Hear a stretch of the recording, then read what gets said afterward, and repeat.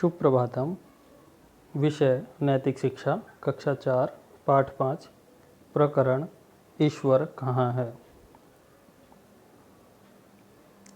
पिछली वीडियो में, पिछले पाठों में हम ईश्वर के बारे में बातें कर रहे थे, पढ़ रहे थे, जान रहे थे, गुणों के बखान कर रहे थे, उनसे प्रार्थनाएं कर रहे थे। आइए इस पाठ के माध्यम से हम ईश्वर कहाँ रहता है, कैसे मिल सकता है, इन बातों पर विचार करेंगे। ध्यानपूर्वक इस पाठ को पढ़ेंगे। आइए आरंभ करें। माता, पिता और आचार्य ये 3 गुरु कहलाते हैं। माता पहला गुरु है। बच्चे को पहली शिक्षा माता से ही मिलती है। माता बच्चे को व्यावहारिक शिक्षा देती है, उसे अपने शरीर के अंगों का, सगे संबंधियों का, बच्चे के संपर्क में आने वाले पशु पक्षियों का ज्ञान करवाती है, उसे उठना बैठना, हंसना बोलना, दूसरों का आदर प्यार करना सिखाती है।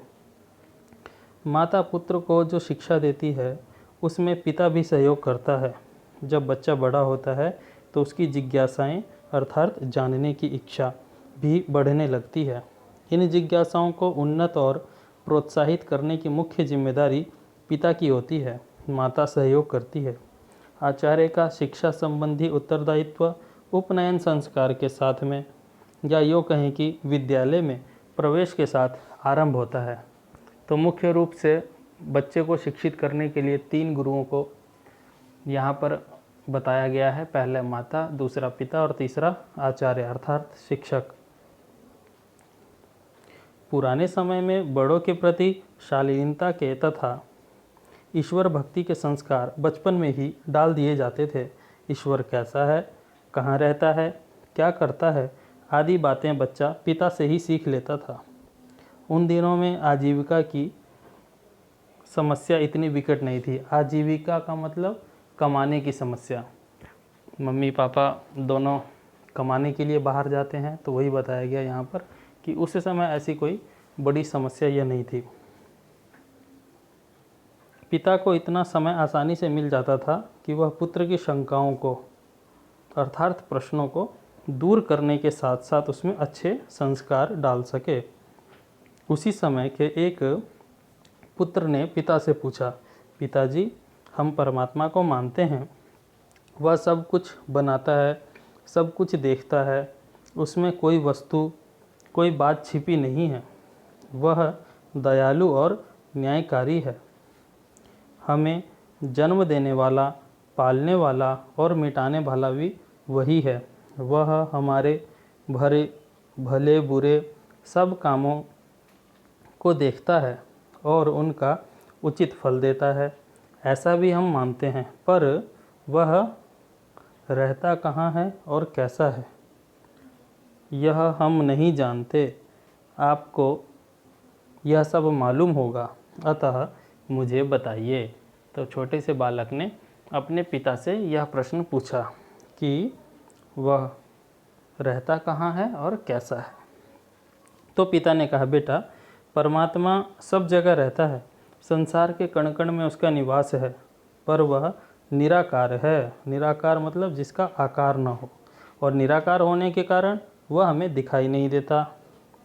इन कानों से हम उसकी आवाज़ नहीं सुन सकते, हमारा हाथ उसे छू नहीं सकता, ये आँखें उसे देख नहीं सकती, रसना या जीभ उसे चख नहीं सकता, नाक से उसे सूंघा नहीं जा सकता, उसे बुद्धि के द्वारा विचारा जाता है, मन से मनन किया जाता है, आत्मा से अनुभव किया जाता है और योग साधना से उसे पाया जा सकता है।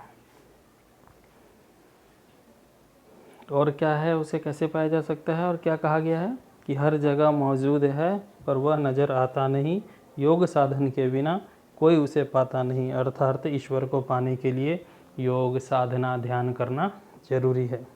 पुत्र ने कहा, मैं समझ नहीं पाया, कुछ और खोलकर समझाइए। फिर पुत्र को समझाने के लिए पिता ने एक मुट्ठी नमक लिया और उसे दिखाकर वह नमक पानी से भरे हुए एक शीशे में डाल दिया। पानी को कुछ हिलाकर उसने पुत्र से कहा, देखो और बताओ नमक कहाँ है। पुत्र ने कहा कि नमक तो पानी में मिल गया, पिता ने फिर पूछा, दिखता है? पुत्र ने उत्तर दिया, दिखता तो नहीं, अदृश्य हो गया है। पर है या नहीं? है तो? फिर पिता बोलते, कहाँ है? तो पुत्र जवाब देता है, सारे पानी में, अर्थात इस पानी में वह नमक घुल गया है। पिता ने कहा, बेटा, इस नमक को आँखों से नहीं देखा जा सकता, पर इस पानी की हर एक बूंद में नमक है। नमक के होने को पानी का स्वाद बताएगा, हमारी आंखें नहीं बताएगी। परमात्मा भी इसी प्रकार इस सारे संसार में है, सभी वस्तुओं के कण कण में है, पर उसे हमारी जीभ भी नहीं बता सकती। नमक पहले दिख रहा था, अब नहीं दिख रहा, किंतु परमात्मा को कभी भी आँखों से या दूसरी बाह्य इंद्रियों से नहीं जाना जा सकता। उसे अंदर की आँख से अपने ही अंदर देखा जाता है, और जब उसके दर्शन हो जाते हैं तो फिर वह सब जगह वही दिखाई देता है। दही में घी है पर दिखाई नहीं देता, उसे निकालने के लिए दही को मथना पड़ता है। तिल में तेल है पर वह दिखता नहीं है, तेल पाने के लिए तिलों को पीलना पड़ता है, अर्थात उसे मशीन में डालना पड़ता है और मशीन चलने के बाद में उसमें से तेल निकलता है। लकड़ी और पत्थर में छिपी आग को देखने के लिए उसे रगड़ना पड़ता है। पहले के ज़माने में दो लकड़ियों पर लकड़ी को रगड़ करके या पत्थर से पत्थर पर पत्थर को रगड़ करके चिंगारी उत्पन्न करके आग जलाया करते थे। वही बात को बताई गई है कि लकड़ी के अंदर और पत्थर के अंदर आग तो होता है, परंतु उसे निकालने के लिए रगड़ना पड़ता है। इसी प्रकार हमारे अंदर तथा बाहर के संसार में उस परमात्मा को अंदर की आंखों से देखने के लिए योग की आवश्यकता है। उसे ध्यान के द्वारा अनुभव करने के लिए आत्मा और परमात्मा के मेल की साधना आवश्यक है। पिता के इस प्रकार समझाने पर पुत्र समझ गया कि सब जगह रहते हुए भी परमात्मा दिखाई क्यों नहीं देता और उसे कैसे देखा जा सकता है। तो आप भी समझ गए होंगे। आइए इस पाठ से हमें क्या शिक्षा मिलती है देखते हैं। हमारा अच्छा या बुरा कोई भी काम परमात्मा की नज़र से छिपा नहीं है। अच्छे काम का अच्छा फल होता है और बुरे काम का बुरा फल होता है। अतः हमें सदा अच्छा ही काम करना चाहिए, क्योंकि ईश्वर सब कुछ देख रहा है। इस प्रकार से हमारे यह पाठ समाप्त होता है। ये इसके अभ्यास पर नज़र डालें। इसके 8 प्रश्न हैं। इन सभी प्रश्नों के उत्तर यहाँ पर क्रम से दिया गया है। प्रश्न नंबर 1, पुत्र ने पिता से क्या पूछा?